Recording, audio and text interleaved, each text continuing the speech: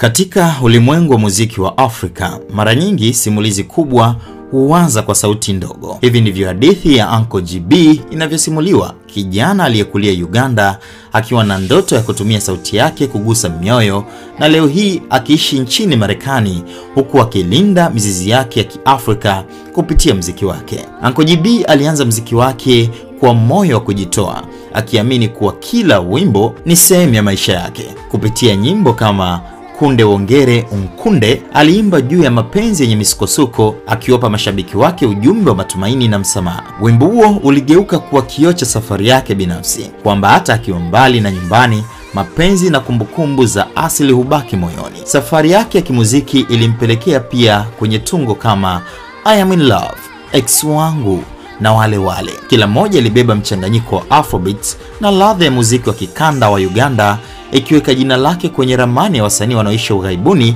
lakini bado wanabeba roho ya Afrika. Lakini hadithi yake haijakamilika bila kugusia jinsi alivyojikuta akikutanisha njia na wakongwe wa muziki kutoka Afrika ya Mashariki. Katika moja ya mahojiano yake, Uncle GB aliwahi kueleza kuwa anatamani sana kufanya kolabo na nyota wa muziki huu wa Bongo Flava, Harmonize, msanii wa Tanzania ambaye pia safari yake ya muziki imejaa majaribu na ushindi. Wote wawili, kila mmoja akiwa na mji tofauti wa kuanzia, wanashiriki falsafa moja: muziki ni daraja kati ya dunia mbili, ya asili na sasa, ya nyumbani na ya mbali. Kama vile Harmonize alivyoimba katika moja ya nyimbo zake maarufu za mapenzi, Uncle GB pia huamini kuwa sauti na maneno yanaweza kuponya. Ni rahisi kumfikiria siku moja jukwaa moja likiwakutanisha mashabiki wa Uganda na Tanzania, wakilia kwa furaha na muziki ukiwaunganisha bila mipaka. Leo hii akiwa nchini Marekani, Uncle GB anabaki kuwa mfano wa msanii anayekataa kusaulika. Muziki wake ni barua ya upendo kwa Afrika,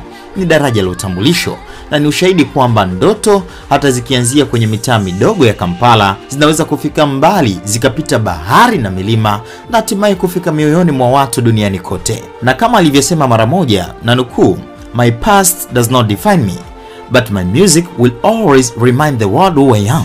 Hiyo ni kauli inayosikika kwenye wimbo wake wa The My Past. Kwa hiyo simulizi ya Uncle GB bado inaendelea, na huenda siku si nyingi tukashuhudia sauti yake ikichanganyika na ile ya Harmonize kuandika sura mpya katika historia ya muziki wa Afrika Mashariki na duniani kote. Just get ready. Unaweza kutazama video wimbo wake wa The My Past kupitia link niliyokuwekea hapo chini kwenye sehemu ya description.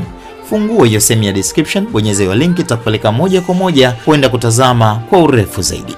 Mr. MIWDL Imido Simba, haya ndo majina yangu. Bye bye till the next time.